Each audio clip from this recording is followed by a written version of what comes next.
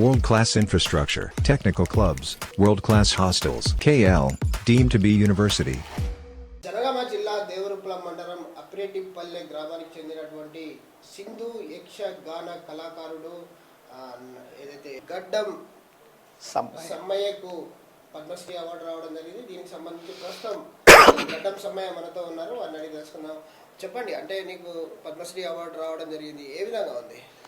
అయ్యా, ఈ పద్మశ్రీ అవార్డు రావడము అంతరించిపోతున్నటువంటి ఈ కళకు మళ్ళీ కొత్త ప్రాణం పోసే విధంగా పూర్వకాలం నుండి తాత ముత్తాతల నుండి నాయన ప్రదర్శనలు వేసిండు, మా తాతలు వేసిండ్రు, ఆ తర్వాత నేను ప్రదర్శనలు వేసినాను, ఎన్నో ప్రదర్శనలు నిర్వహించినాను, వేలాది ప్రదర్శనలు నిర్వహించినాను. ఆకాశవాణిలో, దూరదర్శన్లో ప్రత్యేకమైనటువంటి ప్రదర్శనలు నిర్వహించి రాష్ట్ర మన్ననలు పొందాను. ప్రభుత్వ పరంగానే కాకుండా వివిధ స్వచ్ఛందంగా కూడా నేను ప్రదర్శనలు వేసినాను. హరిజనులను త్యాగము హక్కుముక్తంగా అడుక్కొని ఆ హరిజనులనే ప్రతి గ్రామాలలో 3-4 ప్రదర్శనలు వేసి చివరి రోజు ఎల్లమ్మ వేషం వేసేది, జాంబవంతుని వేషం వేసి వివిధ కులాల పుట్టుపూర్వోత్తరాలు చెప్పుకుంటూ వచ్చి 4-5 ప్రదర్శనలు వేసిన తర్వాత ఏ కులం అనకుండా విరాళాలు అడుక్కొని కడు దుర్లభంగా జీవనోపాధి అన్ని ఆ గ్రామంలోకి వెళ్ళి ప్రతి ఒక్క కులాన్ని కూడా అనుసరించుకొని అడుక్కొని తిని బ్రతికినటువంటి మా చిందు యక్షగాన కళారూపం రామాయణం, మహాభారతం, భాగవతం లాంటి ప్రదర్శనలు వేస్తాను. అందులో ఒక 50 ప్రదర్శనలు నేను నా నోటికి చదవగలను. భీముడు కానీ, రాముడు కానీ, కృష్ణుడు కానీ, అర్జునుడు కానీ, మరి ప్రదర్శనలలోన భీష్మ విజయం కానీ, మైరావణ కానీ, మాందాత కానీ, కీచకవధ కానీ, బబ్రువాహన కానీ, సత్య హరిశ్చంద్ర కానీ, ఇటువంటి ప్రదర్శనలు చాలా వరకు నేను ప్రదర్శించాను. అటువంటి ప్రదర్శనలను చూసి మరి మా యొక్క స్థితిగతులు అంటే మా నాయన ఆడినప్పుడు అందంగా బాగా వచ్చేది. మరి మా నాయన మేము కలిసి ఆడినప్పుడు ఒక్క గ్రామంలో ఆట వేస్తే పక్కన ఉన్నటువంటి 2 గ్రామాల మంది కూడా వచ్చి మా చింత చెట్ల కింద ఆడినా, మరి బొడ్రాయిల కాడ ఆడినా, రాత్రి వేళ వేసినా, పగటి వేళ వేసినా తండోపతండాలుగా వచ్చి మా ప్రదర్శనలు చూసి ఆనందపడి మాకు విరాళాలు ఇచ్చి పోతే మా జీవనోపాధి గడిచేది. అటువంటిది ఈ రోజున ఎన్నో ప్రభుత్వాలు వచ్చినా కానీ, ఏ ప్రభుత్వం వచ్చినా కానీ మమ్మల్ని పట్టించుకున్న నాదులు లేరు. చిందు యక్షగానాన్ని ఒక ప్రత్యేకమైనటువంటి నిధులు కావాలి, ఈ చిందు కులానికి ఒక నిధులు ఏర్పాటు చేయాలని ప్రభుత్వం కూడా మమ్మల్ని అది ముందుకు తీసుకెళ్ళలేదు. సమ్మయ్య గారు, మీరు పెద్ద బాల శిక్ష వరకే చదివారు. అవునండి. ఈ యక్షగానము అంటే పాటలతోటి కావచ్చు, సింధు యక్షగానం అంటే నటనతోటి కావచ్చు, అంటే విభిన్న అభినయాలు పలికించాలి ఫేస్ లో. సో మీరు పెద్ద బాల శిక్ష చదివారు, ఏదైతే పద్యాలు కావచ్చు, అందులో ఉన్నటువంటి ఇతిహాసాలు కావచ్చు, ఇవన్నీ ఏ విధంగా మీరు జ్ఞాపకం ఉండేది? నాయనను చూసి, నాయన వేసే డైలాగులను చూసి, మారుతున్న కాలానుకూలాన్ని బట్టి ఇప్పుడు డైలాగ్ చెప్పాను చూడండి. సావిత్రి సాధ్వీమణి నీ ప్రతిపాదనములు ఇవ్వడము అసంభము వెడలి పమ్మి అని ఈ విధంగా యముని పాత్ర తీస్తే ఇటువంటి మారుతున్న కాలానికి అనుకూలంగా మరి వేష ఆభరణాలు కూడా సరి అయినటువంటి మేము చెక్క సామాన్లతోని కిరీటాలు, భుజ కిరీటాలు, ఆభరణాలు చేసుకుంటాం. మేమే సొంత మేకప్ వేసుకుంటాము. మా పురుషులే స్త్రీ పాత్రలు ధరిస్తారు. ఇటువంటి ప్రదర్శనలు వేసినా కానీ ఇప్పుడు రోజులు మారుతున్న అనుకూలాన్ని బట్టి మా కళ కరువు అవుతుంది. రేడియో, సినిమాలు, వీడియోలు, వాట్సాప్లల్లా, సెల్లులల్లా చూసి మా కళను చూసే నాదులే లేరు. అంటే దాదాపు నేర్చుకోవాలంటే ఏ టైంలో నేర్చుకునేవారు? మీ నాన్నలు కావచ్చు, మీ తాతలు కావచ్చు, ఈ కళకు సంబంధించి ఎన్ని రోజులు నేర్చుకునేవారు, లేదా ఎన్ని రోజులు ప్రదర్శన నిర్వహించారు? నేర్చుకున్న తర్వాత ఎన్ని రోజులు ప్రదర్శనలు చేసేవారు? 6 నెలలు ప్రదర్శనలు వేసేసారు. 6 నెలలు ప్రదర్శనలు వేసి మిగతా 6 నెలలు హరిజనుల ఇళ్లలోనే ఉండేది. అక్కడ ఉండి పుస్తకాలు చదువుకునేది. ఏ ఊరికి పోయినా కానీ 12-15 కుటుంబాలు, మా పిల్లలతో సహా 15 కుటుంబాలు, ఆ ఊరు సగం వాడ మా చిందు కళాకారులే కనిపించేది. అటువంటి ఉండబడినటువంటి స్థలాలనే మేము ఈ ఆట నేర్చుకోవాలంటే ఆ ఆట నేర్చుకునేది, ఈ ప్రదర్శన వేయాలంటే వేసేది. అది నోటికే చదివేది. ఒక్కరి కాదు, నాకు వచ్చిన ప్రదర్శనలు నాకు ఒక 10 రావాలి. అందులో ఆ 10 పాత్రలు నేను నేర్చుకునేది. మా తండ్రి చెప్పేది, ఇది ఇట్లా, ఇది ఇట్లా, ఇగో ఇది ఈడంటే ఇగో ఇది ఇట్లా చదువు, అది అట్లా చదువు. మా నాయన రామస్వామి ఆజానుభావుడు, మహా గొప్పవాడు, అష్టగజం మా డాడీ. అంటే మీకు చేసిన పాత్రల్లో మీకు బాగా నచ్చిన పాత్ర ఏంటి? నాకు బాగా నచ్చినటువంటి పాత్ర భీష్ముడు మరియు కీచకుడు, కంసుడి పాత్ర, హరిశ్చంద్రుని పాత్ర. అందులో ఏదన్నా ఆర్టీవీ ప్రేక్షకుల కోసం ఏదన్నా పద్యం కానీ ఏదన్నా డైలాగ్ కానీ చెప్తారా? చెప్తానండి. ద్రౌపది మారు రూపంలో సైరంధ్రి రూపంలో విరాటుని భార్య సుదేష్ణ సన్నిధానమున కొలువుగా వెళుతుంది. వెళ్ళినప్పుడు అక్కడికి వచ్చి అక్కను చూసి అక్కడ ద్రౌపది మాలిని రూపంలో ఉన్నదాన్ని సైరంధ్రి రూపంలో ఉన్న మాలిని చూసి అక్క దగ్గరికి వెళ్ళి అంటాడు,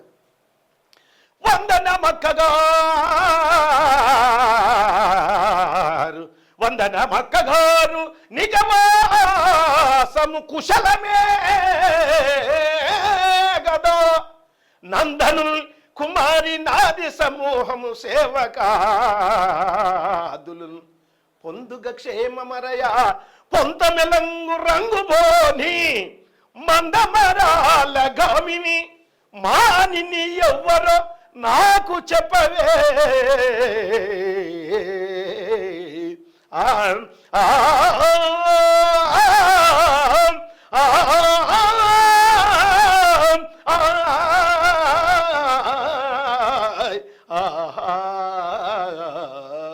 అక్క, నీ చింతనుండబడినటువంటి ఆ ఇంటి ఎవరు అక్క? అక్క ఏమంటది? మాలిని అంట. మాలినియా? ఎన్నడు చూడని లావాణ్యం, ప్రాణం పోసిన బంగారం బొమ్మ, మెలికలు నేర్చిన మెరుపు తీగ, అవనీతలానికి అవతరించిన అప్సరస ఎవరు ఈ మత్స్యగంధి? అక్క మాలినియా? మాలిని కాదు, నీవే దాని కింద మాలిని రీతిగా కనిపిస్తున్నావు. ఈమె ఎవతో యుడురాజముఖిగా తోస్తున్నది అక్క అని కీచకుడు అక్కతోనంటాడు ఆమెను చూసుకుంటూ. కంగ్రాట్స్ అండి, మాకే మీరు పాడుతా ఉంటే బూస్ బంప్స్ వస్తున్నాయి.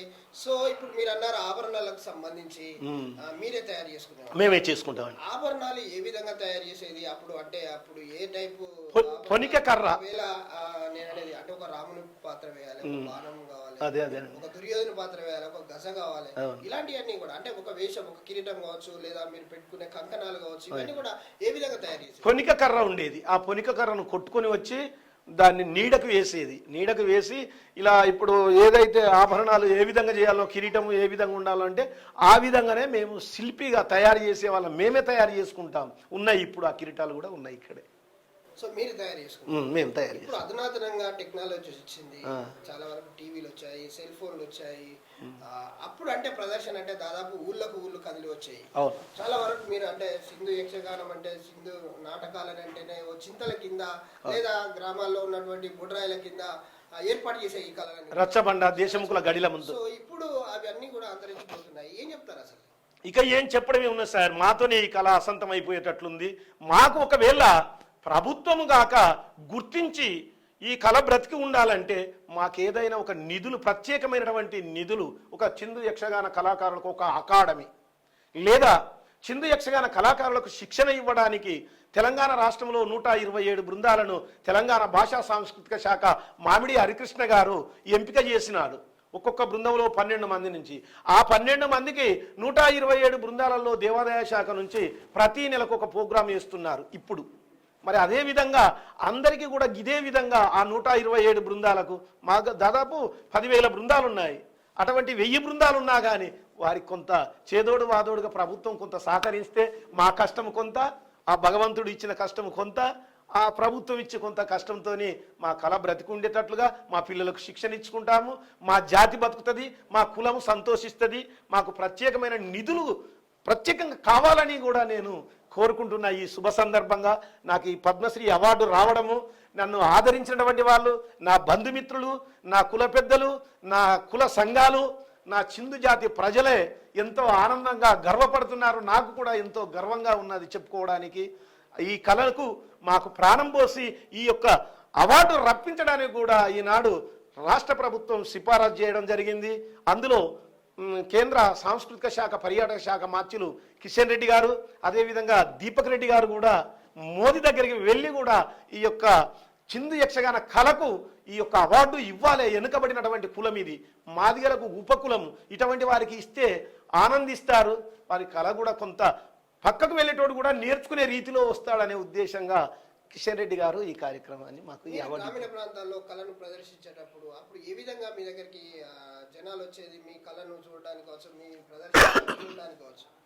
6 గంటలకే చింత చెట్ల కింద కానీ రాత్రి వేళ రచ్చబండ్ల కానే కానీ 6 గంటలు 4 గంటల ప్రాంతంలోనే జోర సంచులు బస్తాలు వేసుకొని స్థలాన్ని ఆపుకొని పోయేది. స్థలం దొరకది, మేము కూర్చోవాలి ముందు పోయని. చిన్నపిల్లల తల్లులను వేసుకొని వచ్చి ముందు కూర్చోవాలి, నేను పోతే మళ్ళీ వెనుకకైతే నాకు స్థలం దొరకదు కదా అని ఎంత పెద్ద విశాలమైన స్థలం కాడికి వెళ్ళినా కానీ ఆ విశాలమైన స్థలంలో కూడా వాళ్ళు ముందుగానే సాపలు సంచులు వేసుకొని ఆ స్థలాన్ని ఆపుకొని పోయి మేము ప్రదర్శించేది 8:30 9 గంటల నుంచి మొదలుకుంటే రాత్రి తెల్లవారి దాకా ప్రదర్శించి 4 గంటలు 5 గంటల వరకు మా యక్షగాన ప్రదర్శనలు ఏకదాటిగా కొనసాగుతాయి. అందులో జోకర్ పాత్రలు వేసేవాళ్ళు, అందులో హాస్య నటులు, అందులో స్త్రీ పాత్రధారులు, అందులో ముందుగా రంభ వేషాలు, చిన్ని కృష్ణుని వేషాలు ఇటువంటి వేసి మా కళను బ్రతికించుకున్నాం, మా పిల్లలకు నేర్పుకుంటున్నాం. స్త్రీ పాత్రలు అన్నారు, మీరు స్త్రీ పాత్ర వేశారా? నేను వేయలేదండి.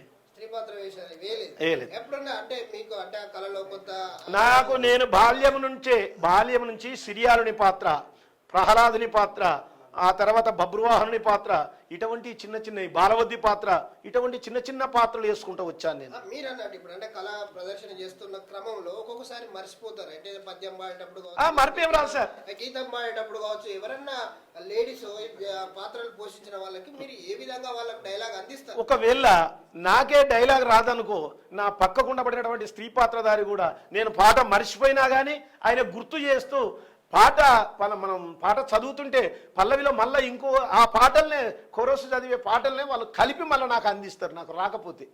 ఆ విధంగా నేను కూడా స్త్రీ పాత్రధారులకు కూడా అదే విధంగా ఎవరికైనా కానీ వెనుక కోరస్ చదివినప్పుడు ఆ ముందు ఏం చదవాలనేది ఆ వెనుక కోరస్ చదివే వాళ్ళ దాంట్లో కలిపి చెప్తాం మేము.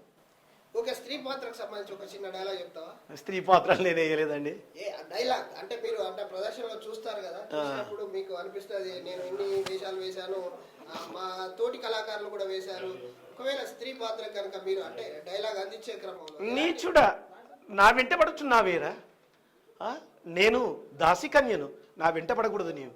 అయినా నాకు 5 గంధర్వపతులు ఉన్నారు, వారు చూసినా నిన్ను బడేయిస్తారు, వధిస్తారు, కాచుకొమ్మి అని ఈ విధంగా ఆడవేశానికి కొన్ని డైలాగ్ చేస్తారు. సో ఇప్పుడు మీరు పద్మశ్రీ అవార్డు అందుకున్నారు, మీ పిల్లలకు ఈ ఏదైతే ఈ యక్షగానానికి సంబంధించి నేర్పడం జరిగిందా? మా పిల్లలకు నేర్పుతాడు. నా పెద్ద కొడుకు నేర్చుకున్నాడండి. నా పెద్ద కొడుకు కూడా ప్రదర్శన చేస్తాడు. ఆ ప్రదర్శనలకి ఇక అంతంత మాత్రాన వస్తుంది, నేను ఎందుకు వేయాలని ఏదో ఒక బిజినెస్ చేసుకుంటానని బిజినెస్ మీద వెళ్ళిపోతాడు. అవసరం ఉన్నప్పుడే ఆట గురించి వస్తాడు. అయినా ఈనాడు ఈ విధంగా ఉన్నది కాబట్టి మాకు ముఖ్యంగా మా కళ బ్రతికుండాలంటే మాకు ప్రత్యేకమైనటువంటి ప్రభుత్వం ఒక నిధులను మాకు చిందు కళాకారులకు ప్రత్యేక జీవనోపాధి అని ప్రతి గ్రామాల్లో ఉండబడినటువంటి కళాకారునికి ఇస్తే గాని ఈ కళ బ్రతికి ఉంటుంది అనే నమ్మకం నాకు. సో ఇప్పుడు మీ కళకు సంబంధించి మీ దగ్గరికి ఎవరన్నా అంటే పరిశోధన నిమిత్తం కావచ్చు, పిహెచ్డి చేయడానికి కావచ్చు, చదువుకున్న వాళ్ళు మీ దగ్గరికి వచ్చి మీ కళకు సంబంధించినటువంటి అంశాలను తెలుసుకునే ప్రయత్నం ఏమైనా చేశారా? తెలుసుకున్నారండి. చాలా తెలుగు యూనివర్సిటీ వాళ్ళు తెలుసుకున్నారు. ఇదే ఈ విధంగా టీవీలలో కూడా వాళ్ళు కూడా మా ఇంటర్వ్యూలు తీసుకోవడం జరిగింది. మా స్థితిగతులను కూడా ప్రభుత్వం దృష్టికి తీసుకుపోయినారు. ఈ మీడియా వాళ్ళ ద్వారా కానీ ఈ పేపర్ ద్వారా కానీ మాకు ఎంతగానో కొంత దోహద పడుతున్నారు. ప్రభుత్వం మమ్మల్ని ఆదుకోవాలని నేను ఎక్కువ కోరుకుంటున్నాను. మా జాతి ఆ విధంగా అయితేనే బ్రతుకుతుంది, జీవనోపాధి గడుస్తుంది, మాకు బాగుంటుంది. యావత్ మా చిందు కళాకారులు అందరికీ. ఇంతకుముందే నిన్ను సన్మానించడానికి వచ్చినటువంటి కడియం శ్రీహరి కావచ్చు, పల్లారాజేశ్వర రెడ్డి కావచ్చు, నాకు ఏదైతే సమ్మయ్యకు దాదాపు 30 సంవత్సరాల నుంచి అనుబంధం ఉంది అని అన్నాడు. రాముని గెటప్ లో చాలా బాగా కనబడతాడు, అద్భుతంగా చేస్తాడు అని చెప్పేసి జరిగింది. రామునికి పాత్రకు సంబంధించి మీ దగ్గర డైలాగు? రావణాసురుడి పాత్ర.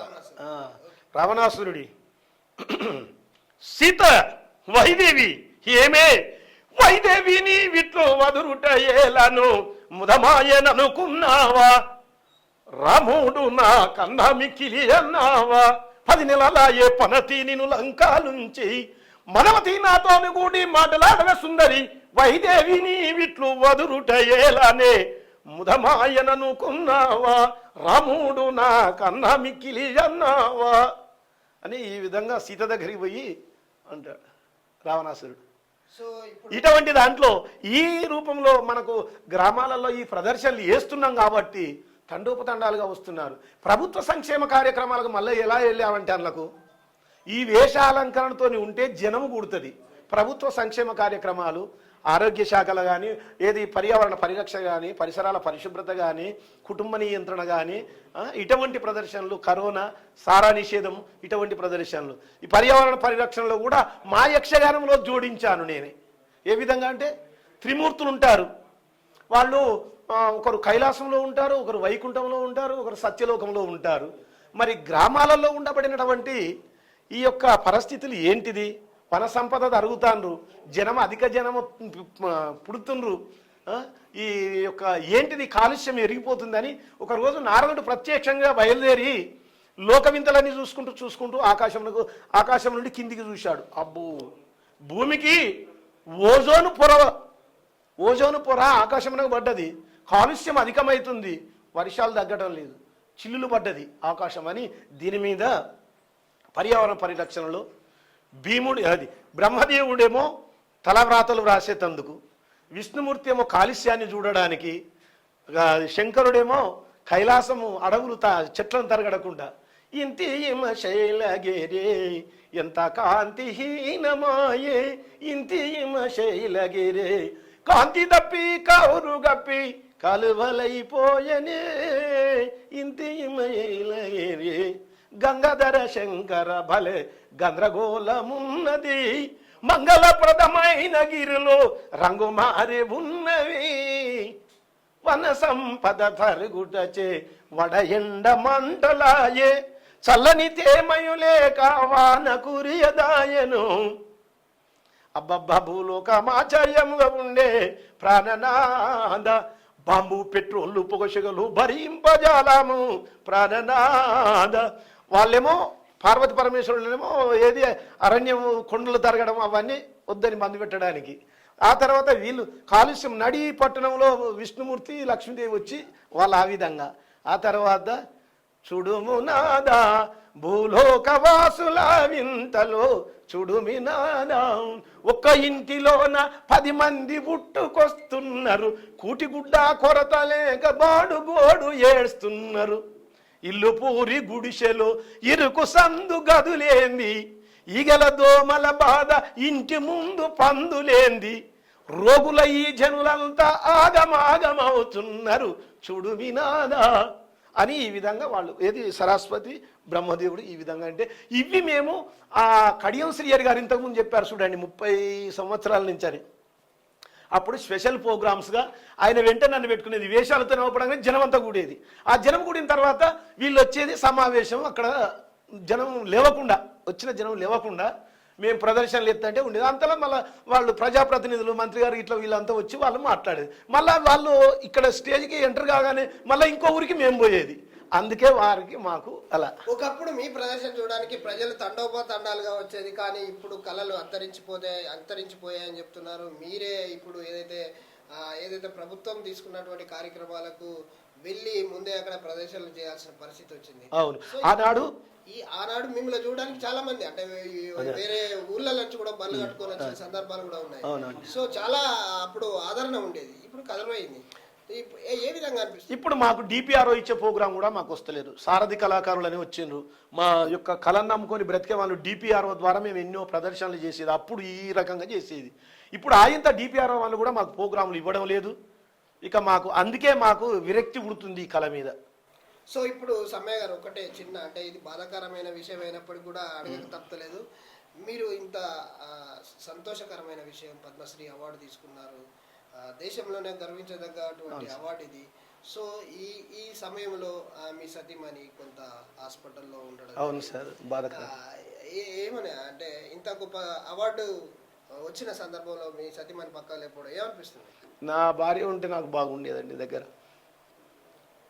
సరే, మొన్న 3 నెలల క్రితమే అదే స్ట్రెంత్ పడ్డది ఆపరేషన్, అది అయిపోయిన తర్వాత మళ్ళీ ఇప్పుడు కిడ్నీలకు రాళ్ళు వచ్చేసినాయి. బాధాకరంగా ఉంది సార్. ఆమె ఉంటే ఇంకెంత ఆనందంగా ఉండను నా దగ్గర. అంటే 3 తరాల మీ ప్రదర్శన వెనకాల ఆమె కృషి కూడా ఉన్నది. నాతో ఎల్లమ్మ వేషాలు వేసేది, తాళం వాయించేది, వెనక ఉండి నాకు కూడా పాటలు పాడేది వెనక కోరస్గా. నా భార్య ఇప్పుడు ఈరోజు లేదు నా దగ్గర, హాస్పిటల్లో ఉంది సార్. తగిన అంటే మేము పేదరికంగానే ఉన్నాం. ఇక ఈ బ్రతుకుడు ఈ దీనికి దానికి మేము జయించలేకపోతున్నాం సార్.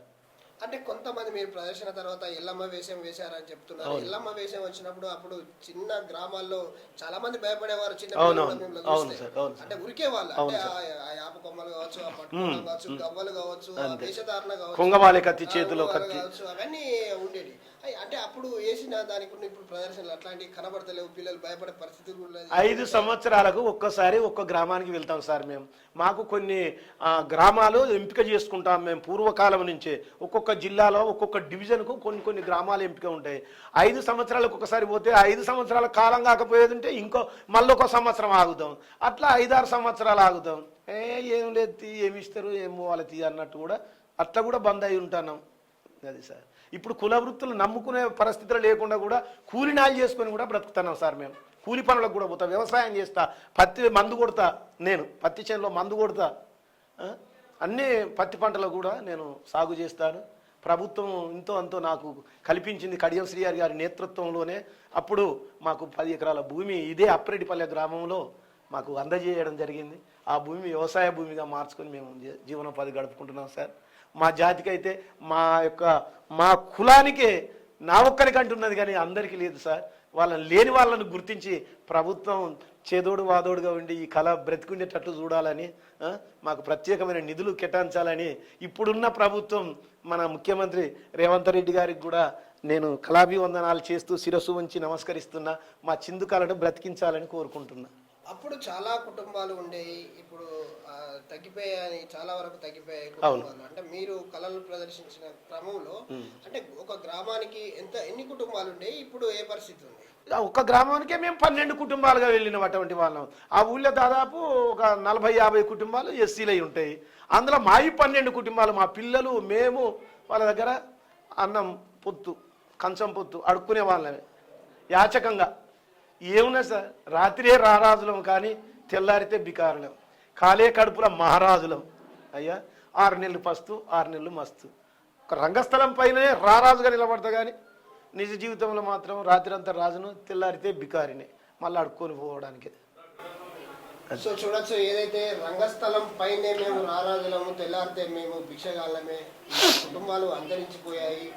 సో ప్రభుత్వం ఇంత పెద్ద అవార్డు నాకు ఇచ్చింది, కేంద్ర ప్రభుత్వానికి కృతజ్ఞత తెలుపుతున్నాను. అలాగే రాష్ట్ర ప్రభుత్వం కూడా నన్ను గుర్తించింది, ఎన్నో అవార్డులు కూడా రాష్ట్ర ప్రభుత్వం చేత కూడా అందుకోవడం జరిగింది. సో ఇప్పుడైతే ఏదైతే పద్మశ్రీ అవార్డు రావడం నాకు చాలా సంతోషంగా ఉంది. నా కుటుంబంలో నాతో పాటు 3 తరాల వరకు నడిచినటువంటి నా సతీమణి అనారోగ్యం పాలైంది. ఇప్పుడు తను ఇంత పెద్ద అవార్డు నాకు ప్రకటించిన నేపథ్యంలో తను నా పక్కకు లేకపోవడం కొంత బాధ అని చెప్పేసి అయితే సమయం చెప్తా ఉన్నాను. కెమెరామెన్ రాజుతో విజయసాగర్, RTV న్యూస్, వరంగల్. మరిన్ని వీడియోస్ కోసం ఛానల్ ని సబ్స్క్రైబ్ చేయండి. లేటెస్ట్ అప్డేట్స్ కోసం వాట్సాప్ ఛానల్ ని ఫాలో చేయండి. అండ్ లింక్ డిస్క్రిప్షన్ లో ఉంది.